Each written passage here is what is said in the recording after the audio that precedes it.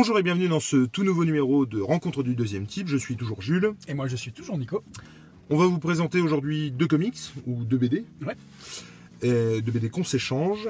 Et on va commencer tout de suite avec toi. Avec le gant de l'infini. Avec le gant de l'infini. Le fameux gant de l'infini. Moi je répète, j'avais dit dans la dernière vidéo que j'étais pas trop Marvel. Je suis plutôt DC en termes de super-héros. Et là Jules il m'a donné le gant de l'infini en me disant... C'est une œuvre majeure. C'est une œuvre majeure. C'est génial. Marvel qu'il faut que tu lises, qu'il faut que tu aies... impérativement lire. faut que tu aies lu impérativement. Synopsis, toi, moi. Toi, parce que moi, vous allez voir pourquoi je fais pas le synopsis. Donc, en gros, et pour pas spoiler, donc c'est Thanos, hein, le titan fou, qui, en gros, le mec a un gros problème, il est amoureux de la mort. Et donc, la mort qui s'en bat les steaks de Thanos, mais d'une force, il est très romantique, très torturé de ne pas être aimé par la mort. Et bon, après, il faut être un peu à la masse pour être amoureux de la mort, dans l'absolu quand même. Mais il faut s'appeler Thanos. Et du coup, Thanos, pour comment séduire la mort, c'est pareil, c'est un psychopathe hein, à la base. Il lui fait la promesse de détruire la moitié. Enfin, je sais plus si c'est la moitié de l'univers dans ce cas-là, mais en tout cas, détruire un max. Et pour ça, il va essayer de s'emparer du gant de l'infini, récupérer les pierres de l'infini, et du coup, voilà, tout ça pour séduire la mort. Ça n'a strictement rien à voir, et on verra après comment les similitudes avec les similitudes et les grosses différences avec le film que tu as vu, Infinity War. Non. Ce qui est très bien, du coup, que tu l'aies pas vu. Mais il faut le voir parce que pour le coup, c'est ce qu'on m'a dit aussi. Ouais. C'est pas la même chose. Totalement. Et ils ont réussi à faire quelque chose qui n'est pas. Il y a pour moi une grosse différence avec le comics. Et alors moi j'adore le gant de l'infini et quand je l'ai lu, je me suis pris une claque. Mais ça n'a rien à voir avec le film. Il faut aussi souligner que c'est Jim Starlin et George Pérez au dessin et Jim Starlin à la plume, et c'est des grands noms quand même, mais après c'est vrai que le dessin de George Pérez, je pense que tu vas en parler. Qui dit grand nom ne dit pas forcément qualité et que ça plaît à tout le monde. Ça fait mal. Parce que moi j'ai... Donc je vais commencer. Oui, vas-y. Donc quand moi j'ai ouvert les premières pages, je me suis tombé sur les premières planches, là j'ai pris une claque. Parce que j'adore ce côté années 90 des comics. Et ce côté pulp, comme on dit les dernières fois. Et ce qui me plaît aussi, c'est, je sais pas si c'est fait exprès ou si c'est le courant qui voulait ça à l'époque, mais ça me fait beaucoup penser à Valérian, de Mézières et Christin, dont je suis fan absolu. Vraiment, la BD, parce que le film, c'est pas forcément une réussite, même si c'est très beau visuellement. Non, moi je me suis arrêté. J'ai arrêté le film, j'ai pas été plus loin. Et le côté... Alors, je vais justement faire un parallèle avec Valérian sur un autre sujet, c'est que Valérian, le côté naïf et oui, très naïf et totalement assumé. Alors que là, justement, il y a un côté naïf qui m'a pas l'air assumé du tout. Je vais vous dire pourquoi, par la suite. Plein de couleurs, ce contraste entre le noir et les couleurs qui sont pas forcément belles, mais je trouve que c'est hyper intéressant. Et en termes de points positifs, je vais m'arrêter là, parce que je me suis vraiment fait chier à la lecture. Excusez-moi l'expression, mais vraiment. Parce qu'en fait, je trouve qu'on n'y croit pas du tout.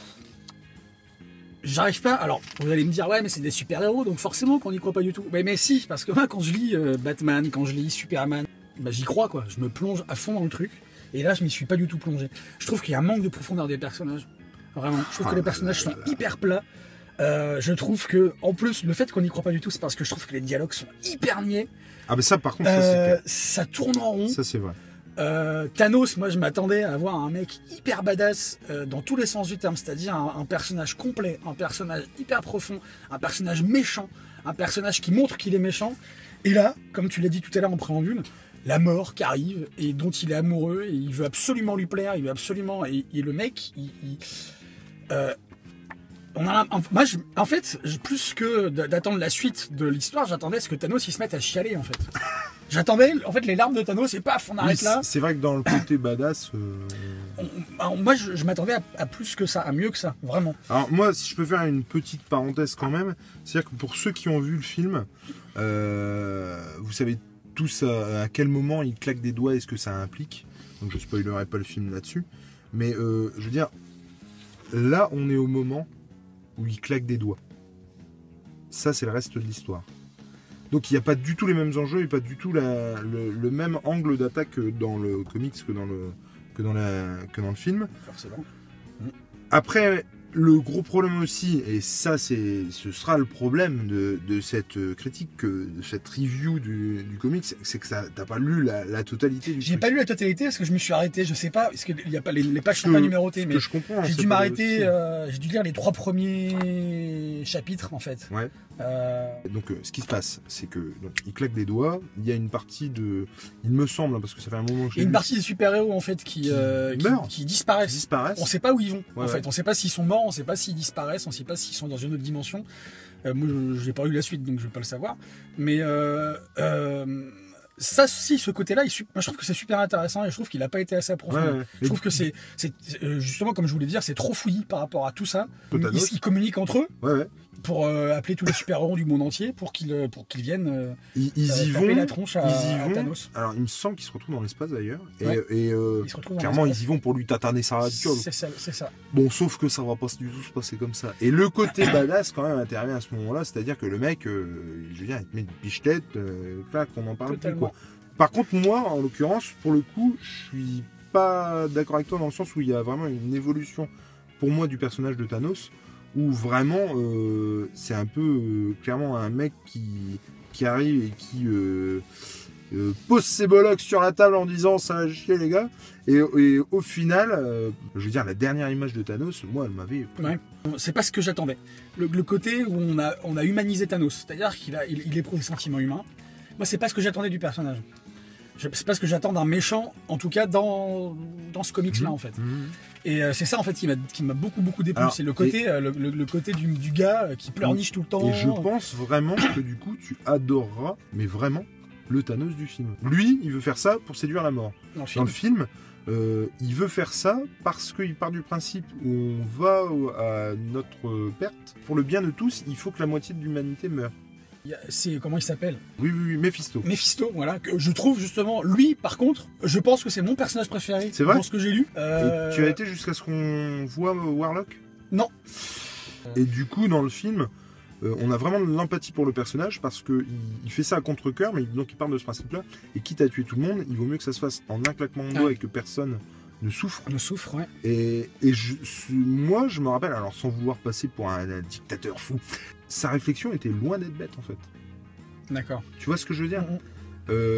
C'est pas forcément le cas dans le comics. Sa réflexion je était... trouve. Mais c'est ça, c'est exact. Et je trouve que ça tient en cette phrase-là. C'est-à-dire que sa réflexion dans le film était loin d'être bête, alors que là, c'est juste par amour.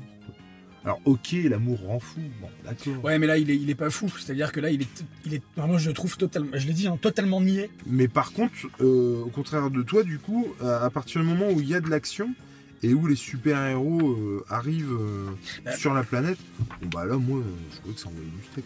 Bah, moi, j'ai pas trouvé ça crédible quand j'étais super-héros arrive. Moi, plusieurs fois, je me suis dit, pop, pop, pop. Lui, ce personnage-là, c'est Adam Warlock. oui, je le vois. Adam Warlock, Ah, si. Pas du tout, j'y ai pas du tout cru. Oh non! J'y ai... Oh non! si, j'y ai pas du Pas tout cru. lui! J'y ai pas du tout cru parce que déjà, je trouve que son costume, il est Ah crade, franchement. oui, bon bah non mais attends, je veux dire ça a été fait dans quelle année ça? Attends. C'est 93 ou 92 ou 93. Le Silver Surfer. J'ai dit mais qu'est-ce qu'ils lui ont fait? Bah il a les jetons quoi. Qu'est-ce qu'ils lui ont fait le mec? Voilà, c'est le mec, c'est. Bah ouais mais c'est ça qui est bien. Bah non, moi j'ai. C'est que du coup si le mec a peur c'est que vraiment.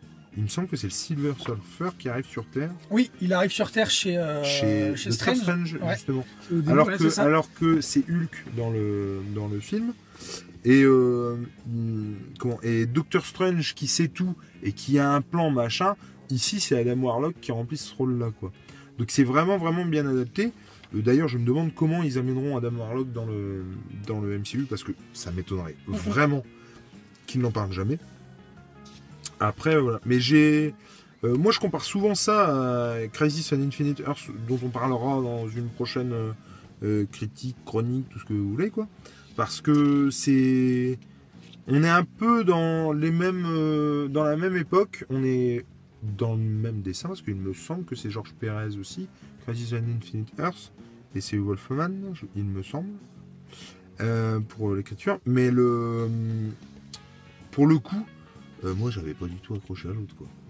Et c'est très bizarre parce que c'est exactement le même discours que tu as pour le gant de l'infini, j'ai exactement le même discours pour l'autre. Alors moi j'ai pas été déçu parce que en fait c'est une découverte mine de rien pour moi, mais je m'attendais pas à ça du tout en fait, c'est ça le truc. Je m'attendais à autre chose. Je m'attendais pas à du pétage de gueule à foison. Je m'attendais vraiment à une histoire un peu profonde, un peu. Mais je trouve qu'il y a plein de choses dont il parle. C'est un prétexte pour l'histoire. C'est un prétexte pour que l'histoire se continue. Parce qu'il y a des moments où je me dis, bah là, ça aurait pu s'arrêter, quoi. Ouais. Et non. Alors, après, il y a... Ça, j'ai lu, ça. Alors, ça, c'est le visuel de... J'espère qu'on voit bien, de Drax. D'accord. T'as vu les Gardiens de la Galaxie? Oui, totalement, ouais. Et du coup, bon, voilà, quoi. Voilà, non, mais de toute façon, c'est clair que c'est kitsch, c'est vintage, ça, c'est alors, sûr. le côté kitsch et vintage, au contraire. Ça, c'est le truc c'est vraiment les trucs qui m'ont plu. Vraiment. Je suis pas fan de l'univers Marvel. Je connais, via les films surtout, et parce que je m'y suis intéressé aussi en lisant des choses à droite à gauche, sur les personnages principaux de Marvel. Et je les retrouve pas, ces personnages principaux, enfin leur caractère, leur force, etc. Je trouve que là, alors comme tu disais tout à l'heure, effectivement, ils ont les jetons, mais c'est des super-héros, les gars, quoi. Et moi, j'ai trouvé, enfin, j'aime pas utiliser ces mots-là, mais on va rendre hommage à notre copain Alexandre Astier, c'est des fiottes, les mecs, quoi, j'ai trouvé. Franchement. C'est des tanches, j'ai l'impression de voir des mauviettes là-dedans.